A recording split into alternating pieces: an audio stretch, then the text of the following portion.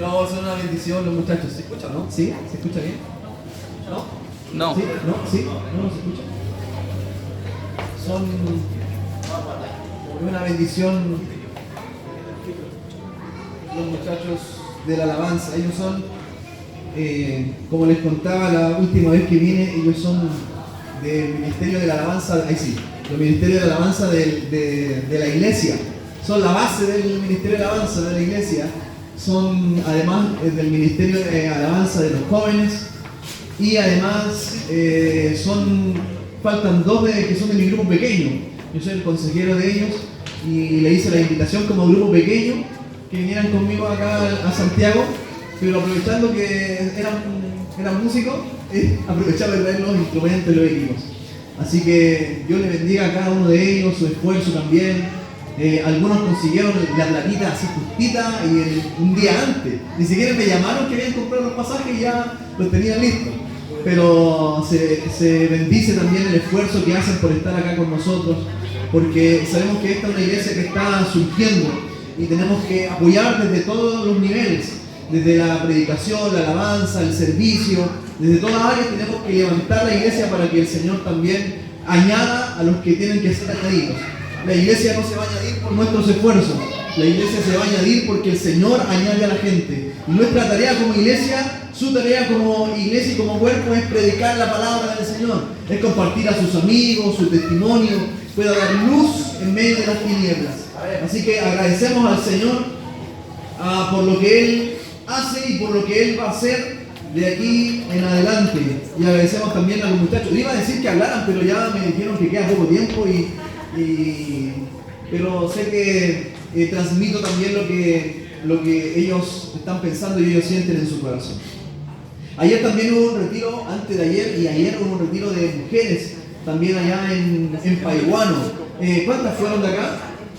Fueron todas de acá, qué hermoso, también fueron todas las hermanas de la congregación. Qué bueno que asistan, qué bueno que se nutran de la palabra del Señor. Mi esposa llegó anoche, mi esposa estuvo toda la semana afuera porque estuvo en Santiago, estuvo en una capacitación por su trabajo, estuve toda la semana solo desde el día lunes, llegó el día viernes como a las 5 de la tarde a la casa y a las 7 ya se estaba yendo de nuevo. Así que y llegó ayer como a las 9 de la noche más o menos y yo ya a las 12 ya me tenía que venir, así que no he podido verla, pero sí me comentó ayer, estuvimos conversando de lo bonito que estuvo el retiro. Un tiempo para conocerse, para compartir juntas. Esa sí soy yo, creo que era el nombre, ¿no? Así soy yo. Esa soy yo. Era el nombre del retiro y fue de mucha bendición para mi esposa. Yo sé que para ustedes también. Y esperamos que para las mujeres de la iglesia, las mujeres de bendición, también haya bendición sobreabundante sobre sus vidas. Bien, para no atrasarnos más, vamos a la palabra del Señor. Acompáñenme por favor al libro de Mateo, capítulo 14, verso número 22. Vamos a tomar unos versículos de esta palabra y voy a hacerlo más... Sí, algo está acoplando. Sí, algo está acoplando, quizás está prendido.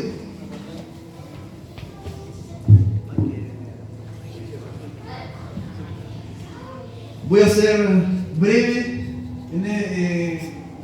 ya que me pone la máquina aquí mi amigo. Si lo han encontrado, dígame un fuerte amén. Amén. Amén, gloria al Señor. Vamos a leer la palabra del Señor.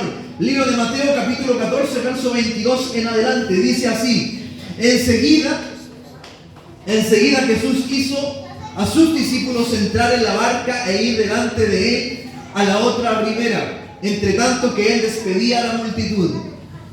Despedida la multitud, subió al monte a orar aparte, y cuando llegó la noche, estaba allí solo.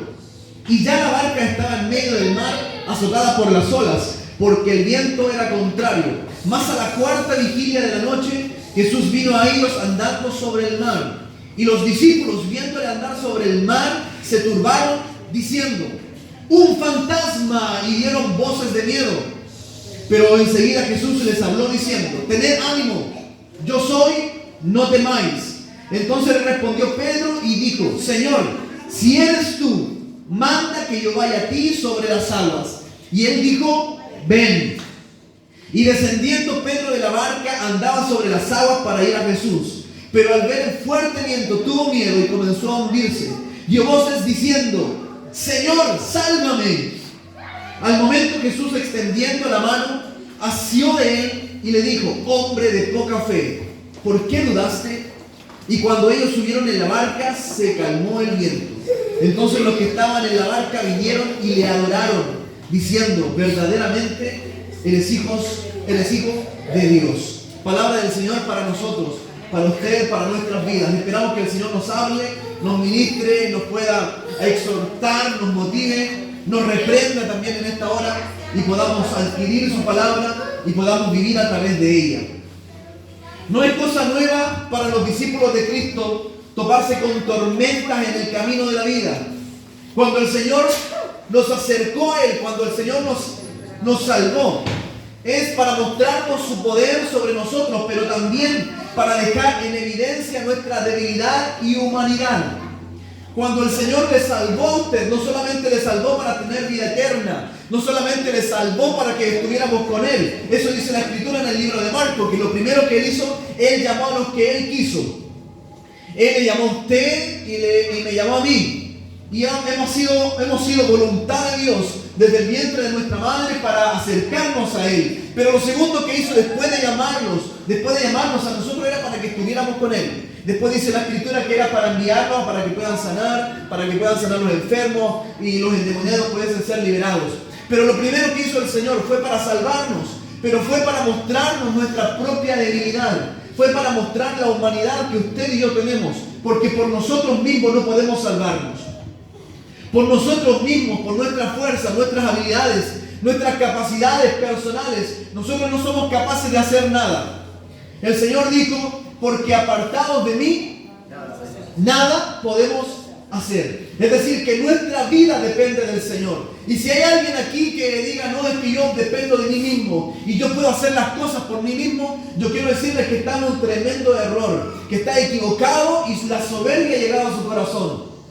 Y probablemente usted pueda llegar a lo alto de la cumbre, pero dice, antes de la caída está la soberbia. Es decir, antes de que usted se pegue el porrazo está la soberbia del corazón. Por eso que cada uno de nosotros debe reconocer sus debilidades. Somos hombres y mujeres débiles. Dígale al que está a su lado, eres débil. Eres débil, dígale, eres débil. Eres un hombre débil, eres una mujer débil. Y debemos reconocer eso. Dios, en su presencia, en su conocimiento anticipado de todas las cosas, sabía que cada uno de nosotros aceptaría su gracia. Nos justificó por medio de la fe, nos santificó delante del Padre y nos está regenerando a una nueva vida cristiana. Es decir, que por medio de la vida que nosotros tenemos, glorificamos al Señor. Su vida glorifica al Señor. Su vida no está creada para otra cosa, hermano. No hemos sido creados para vivir solamente y necesariamente en comunidad y en familia. No somos creados únicamente para reproducirnos en la vida. No somos creados para solamente hacer cosas positivas por la vida, sino que hemos sido creados para glorificar a Dios. Su vida glorifica a Dios. La pregunta entonces que podría surgir desde esa mirada y desde esa perspectiva es, ¿estoy glorificando a Dios por medio de mi vida? Mis acciones, mis actos, mi testimonio, mi vida cristiana glorifica a Dios. Miren que podemos glorificarlo o no glorificarlo. No hay aquí, no hay término intermedio. Aquí la cosa es blanco o es negro. O es frío o es caliente, pero no es así como sancochado nomás. La cosa o va o no va. O glorificamos o no glorificamos a Dios. Y nuestra vida está hecha para glorificar a Dios. Entonces, mi vida está glorificando o no al Señor, es algo que debemos considerar.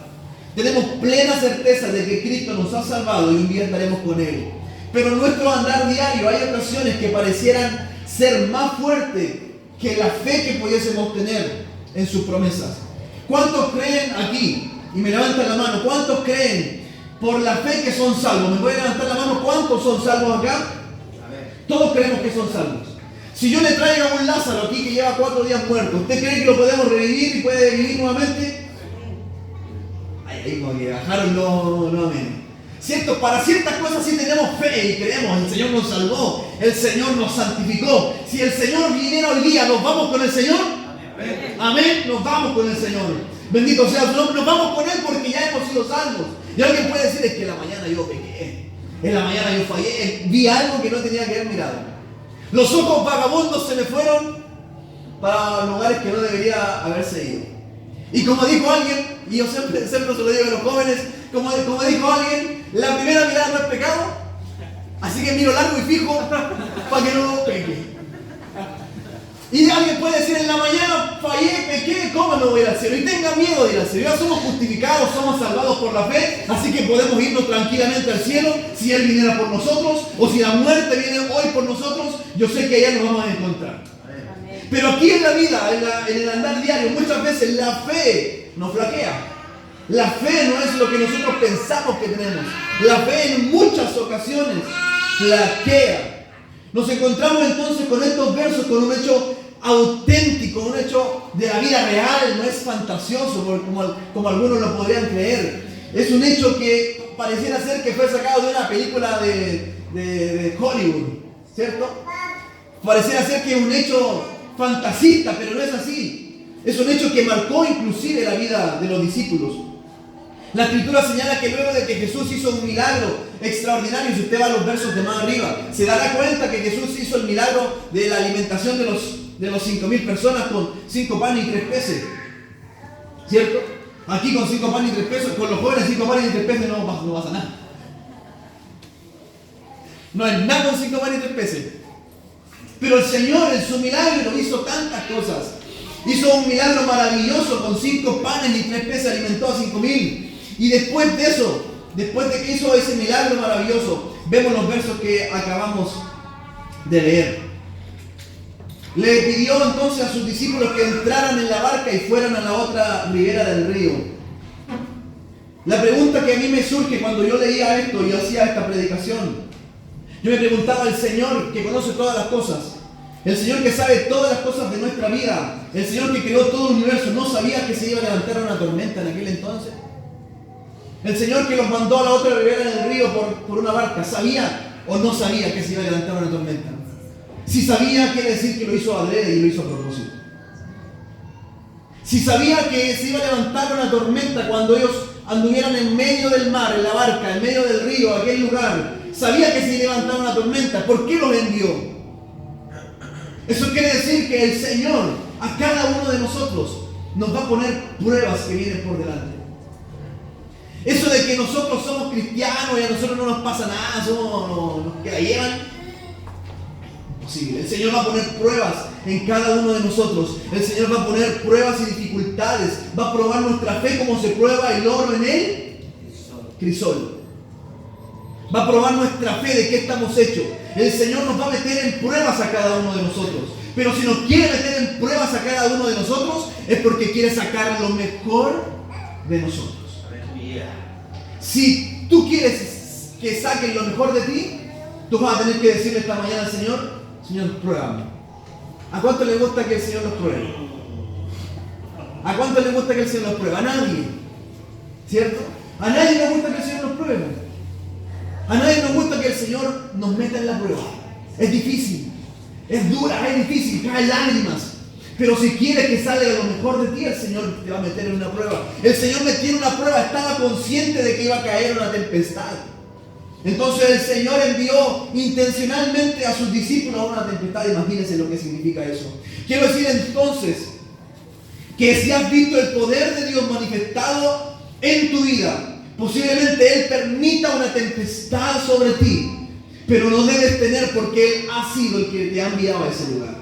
Si el Señor te envió a ese lugar, es el mismo Señor el que te va a dar la salida para que puedas salir victorioso de ese lugar. Así como dice la Biblia, aquel que hizo la herida, ese mismo la va a sanar. Aquel que produjo esa herida en el corazón, ese mismo va a traer la suficiente salida y el suficiente camino para que podamos andar por él y podamos ser salvos de todo lo que podamos vivir. Entonces la prueba no solamente va a venir acompañada de un momento difícil, sino que además va a venir acompañada de la salida para que nosotros podamos caminar por ella.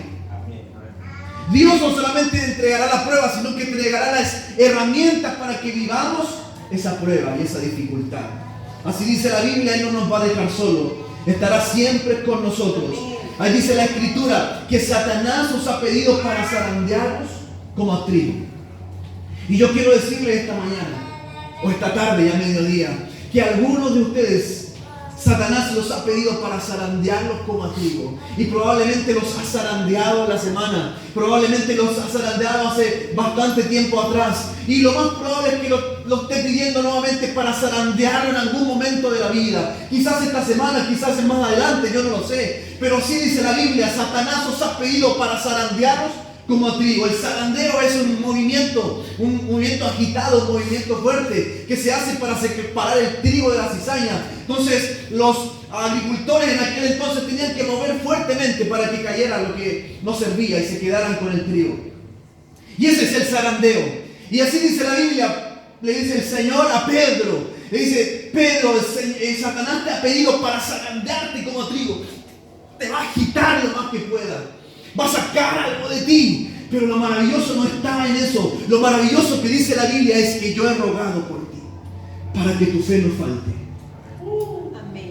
Una cosa es que nos zarandee. Está bien, no puedes zarandear todo lo que quiera. Pero otra cosa es que Jesús está rogando por nosotros, para que nuestra fe y tu fe no falte. Para que mi fe no falte y podamos vivir la vida de Cristo y podamos cumplir el propósito de Dios.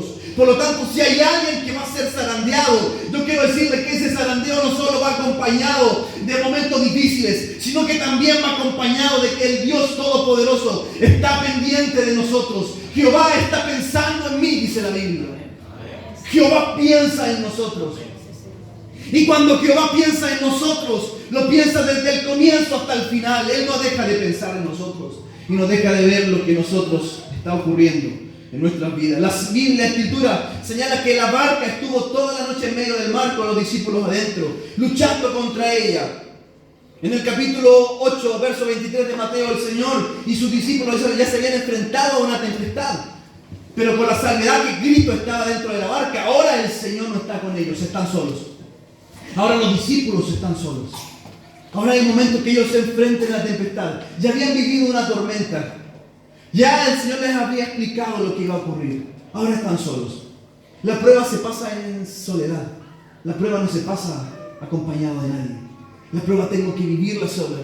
Cuando yo voy a dar un examen, yo lo doy solo. La prueba y el cartón que voy a pegar en la pared va a decir un solo nombre. Y va a salir mi nombre en ese cartón pegado en la pared. No va a salir el grupo que trabajó para eso. Va a salir un solo nombre. Y la prueba, el examen de Dios para nosotros se pasa en soledad. Y muy probablemente vamos a tener que vivirlo en soledad. Y cuando lo contemos, quizás nadie nos va a entender. Quizás nadie va a comprender lo que estamos viviendo. Porque es el proceso de Dios con nosotros. Pero al fin de todo, el Señor siempre nos guarda y nos protege. Es que las tempestades y los desiertos pasan solos, se pasan solos. Las pruebas se rinden a solas. Las pruebas no se hacen en pareja, se hacen individualmente. A cada uno de nosotros. Y eso es lo que tenemos que considerar a nuestras vidas. Las pruebas vendrán a tu vida, mi hermano. No quieras escapar de ellas. Volverán hasta que tu fe sea más preciosa que el oro. Las pruebas son necesarias en la vida del cristiano. El Señor dijo cuando oraba por sus discípulos en el libro de Juan: no te pido que los quites del mundo, sino que los guardes del mal.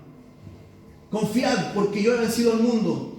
Yo los envié como ovejas en medio de una manada de lobos. El Señor nos dio expectativas claras. Nunca nos dijo que íbamos a vivir la vida loca. El Señor dio expectativas claras y seguras. Señor, guárdalos, porque están en el mundo. Son del mundo, pero no son. Están en el mundo, pero no son del mundo. Son mis hijos. Tú me los diste a mí, Señor, le decía Jesús al Padre mientras oraba por sus discípulos. Ellos no van a estar solos, va a estar el Paracletos, aquel que cuida el lugar donde yo no puedo ver, ese es el Paracletos. Él va a estar con ustedes. Nos dio expectativas claras, seguras de lo que iba a ocurrir con nosotros. Seremos probados. En el episodio anterior de Mateo capítulo 8, el creador del mar y de la fuente de las aguas estaba en la barca, ahora no están solos. Pero la Escritura dice que a la cuarta vigilia de la noche Jesús vino a ellos andando sobre el mar. Aquí hay algo que a mí me llama mucho la atención. ¿Por qué al Señor se le ocurre caminar sobre el mar y no acabar con la tempestad de una buena vez? Si sabe que sus discípulos están en medio de una tempestad. Si sabe que los discípulos están en un momento complicado. Él sabe los corazones de ellos. Él sabe que se sienten angustiados. Él sabe que están con miedo, con temor. Él lo sabe. Entonces, ¿por qué en vez de caminar por las aguas y se manda ese número, por qué no calma la tempestad de una y le da la tranquilidad a ellos? ¿Por qué se le ocurre caminar por el agua? Es una pregunta que me llama mucho la atención, poderosamente la atención. Aparte del susto de la tempestad, el Señor pareciera ser que viene como si nada, liviano de cuerpo, caminando por la... Es más, los discípulos dicen, hay un fantasma ahí.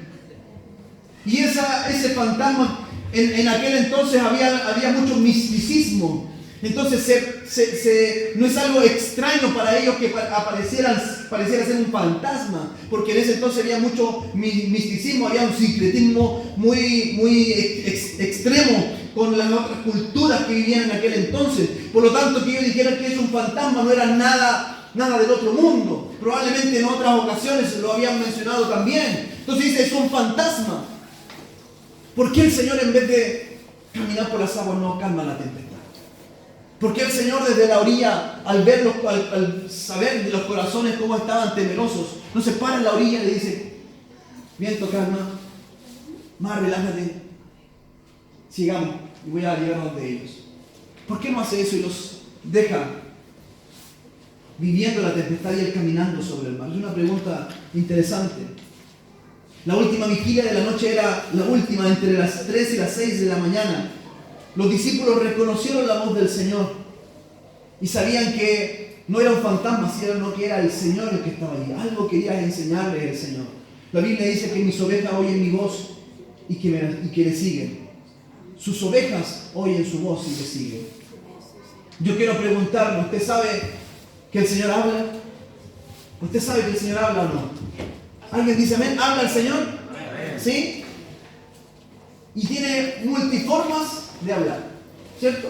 Pues algunos lo pueden escuchar audiblemente, algunos lo pueden escuchar por medio de una situación, algunos por medio de una palabra, por medio de la alabanza. El Señor puede hablar de la forma que a Él le plazca hablar. Pero si yo le preguntara qué fue lo último que el Señor le dijo esta semana, ¿usted podría responderme? Si usted me dice que el Señor habla, ¿me podría responder qué fue lo que le dijo el Señor esta última semana? Esta semana que está pasando. El Señor habla, y alguien que habla va a hablar siempre. La Biblia dice que cuando la gente venía a preguntarle al Señor, dice la Biblia, y Jesús dijo. Jesús respondiendo les dijo. Es más, Jesús le respondió hasta los pensamientos que habían en la gente. Y conociendo el pensamiento y conociendo el corazón de la gente, les dijo, dice la Biblia. Entonces Jesús habla, conoce nuestros pensamientos, conoce tu corazón, conoce mi vida. Por lo tanto nos habla. ¿Qué es lo último que nos ha hablado? La Biblia dice que sus discípulos oyen su voz, la reconocen y le siguen. Entonces, si nosotros logramos reconocer la voz de Dios, nosotros vamos a saber dónde ir. Nosotros vamos a saber dónde estamos. Y si logramos reconocer la voz de Dios en medio de una tempestad, si logramos reconocer la voz en medio de un momento crítico y en medio de un momento difícil, es que Dios está con nosotros y podemos tener calma. ¿Me explico, no? Si usted reconoce en medio de la crisis la voz de Dios, tiene que mantener calma y seguridad. Ahora, si usted no está reconociendo la voz de Dios, es otra cosa.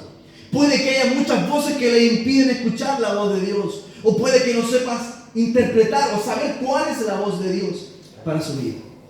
No es que Dios hable, sino que en nuestra incapacidad de no escuchar a Dios. Incapacidad de escuchar a Dios. Esto es muy importante entenderlo entonces. En medio de las tempestades, Dios nos hablará. Pero debemos conocer su voz. En medio de los momentos difíciles, en medio de los momentos complicados de nuestra vida, en la crisis que nos encontremos, sea cual sea, Dios nos va a hablar en medio de esa crisis. Pero debemos saber reconocer cuál es la voz de Dios. Dios te va a hablar en medio de tu momento. Dios te va a hablar en medio del momento difícil de tu vida. Pero tenemos que reconocer esa voz. Cuando no conocemos la voz de Dios es cuando prestamos atención a otras voces. Prestamos atención a otros consejos y no a su palabra. Es cuando escuchamos lo que queremos escuchar y no lo que necesitamos. Hay gente que va a iglesias y repleta, llena de iglesias. ¿Sabe? No por lo bueno que sea la iglesia, sino porque va a escuchar lo que quiere escuchar y no lo que necesita escuchar. Hay iglesias que están repletas. Hace poco allá en Serena escuchaba por la mañana, yendo al trabajo, me voy todas las mañanas al trabajo escuchando una radio de allá. No les digo qué radio, pero una radio. Y un pastor conocido allá en Serena estaba predicando y dijo: ¡aleluya! A Dios le quedan solamente casas de 10.000 UFs. Textual. A Dios le quedan casas de 10.000 UF. ¿Cuántos quieren una casa de 10.000 UF? Así textual. A mí me dio una rabia escuchar eso. Casas de 10.000, a Dios le quedan casas de 10.000 UF. Claro, ¿quién no quiere una casa de 10.000 UF acá? Sinceramente, así, pero saquémonos la espiritualidad, así, saquémonos el chaquetón, la Biblia. No, saquémonos todo eso. ¿Quién no quisiera una casa de 10.000 UF? Todos a lo mejor nos gustaría una casa de 10.000 UF. ¿Quién no? ¿Cierto? A todos, sacándonos la espiritualidad y que somos cristianos nosotros. Sí, a lo mejor nos gustaría una casa, a lo mejor alguien dice: no, yo me conformo con otra cosa. Sí, pero a muchos les gustaría una casa de 10.000 UF. Pero esos que van ahí es gente que va a escuchar lo que quiere escuchar y no gente que va a buscar lo que necesita.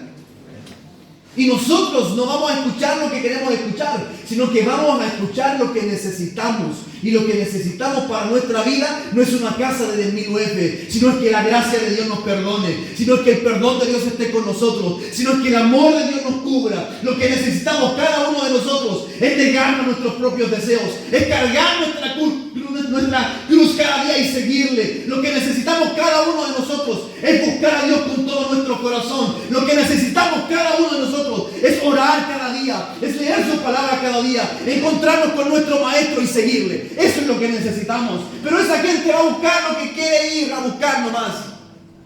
Y la Biblia dice que así se van a amontonar maestros de esa manera para explicar lo que ellos quieren escuchar y llenarse de lo que ellos quieren llenarse. Por eso que no nos deben sorprender las grandes iglesias. Por eso que yo doy gracias a Dios por esta iglesia que se está levantando, pero que se tiene que levantar con una palabra de verdad, se tiene que levantar con la sana doctrina. No podemos dejarnos llevar por otras corrientes, las corrientes que hoy día se están dando en este mundo. Y más aquí en Santiago, que hay tantas voces que hablan y que hay tantos supuestos líderes religiosos que nos pueden llevar a alcanzar lo mejor de nosotros. Nosotros sabemos que debemos guiarnos bajo las Escrituras. Y esa palabra debe estar en nuestra boca y es la que debemos atesorar en nuestros corazones. Por lo tanto, nosotros, cuando estamos en momentos difíciles y momentos complejos de nuestra vida, Dios nos va a hablar, pero debemos aprender a escuchar a Dios, hermano. Debemos aprender a escuchar a Dios. Y la única forma que tenemos de aprender a escuchar a Dios, ¿sabe cómo es? Estando con Dios.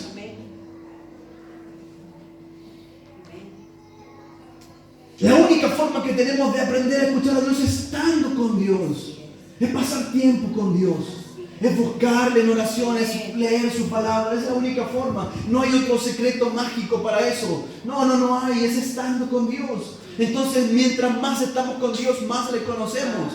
Aquí hay varias mamitas, varios papitos que están en este lugar. Y ¿saben qué? Cuando escuchan la voz de su bebé, salen corriendo, rápidamente se van. Pero cuando escuchan la voz de otro bebé, miran así como, está llorando. Algunos saben reconocer cuando llega alguien a su casa. Hace poco tiempo yo estaba con mi esposa y alguien tocó la puerta. Y tocaron la puerta así, y mi esposa dijo: es mi mamá. Y dije: ¿mi suegra? Dije yo. Dije: ¿mi suegra? Sí, mi mamá. Digo: anda a abrirla. Anda a abrirla. Ya, voy a abrirla. Y dije: qué raro a esta hora, me pareció extraño. Entonces cuando yo abrí la puerta era ella. Yo dije, apártate de aquí. No le dije eso. No le dije eso, pero y a mí me llamó la atención y yo dije, ¿cómo supo? ¿Cómo supo como el meme? ¿Cómo supo? Así que fue y le pregunté, ¿cómo supiste? Es que yo sé cómo golpear la puerta de mi mamá. Viví mucho tiempo con ella. Pero ¿cómo si puede golpear de mucho? No, porque yo logro distinguir las formas que tiene de golpear la puerta. Claro. Entonces a mí me llamó la atención y dije, claro, tiene toda la razón. Pasó tanto tiempo con ella que inclusive sabe identificar hasta el golpe de la puerta en la casa. De esa misma manera, cada uno de nosotros va a lograr reconocer la voz de Dios cuando pasamos tiempo con Dios. ¿Quiere que Dios le hable y no le ha hablado? ¿O quiere una respuesta y no sabe si está la respuesta ahí? Yo quiero decirle en esta hora, va a tener que pasar más tiempo con Dios. Probablemente la respuesta ha estado allí y no la hemos escuchado bien. Quizás la respuesta ha llegado, pero no la hemos escuchado. No la hemos reconocido. Es el momento de acercarnos a Él entonces. La voz de Dios trae paz al corazón del hombre. La Escritura dice en Isaías 23:6, tú guardarás en completa paz a aquel cuyo pensamiento en ti persevera porque en ti ha confiado. Entonces eso es lo que tenemos que hacer. Buscar a Dios y reconocer su voz. Y sabremos que no es un fantasma. Será la voz del Señor. Después de haber reconocido la voz de Dios, Pedro le pidió ir donde él. Pedro salió de la barca con una palabra en su vida, pero viendo el fuerte viento tuvo miedo y comenzó a hundirse. Dio voces desesperado para ser rescatado y fue restablecido con el Señor. Nadie se empieza a hundir. La gente se hunde inmediatamente.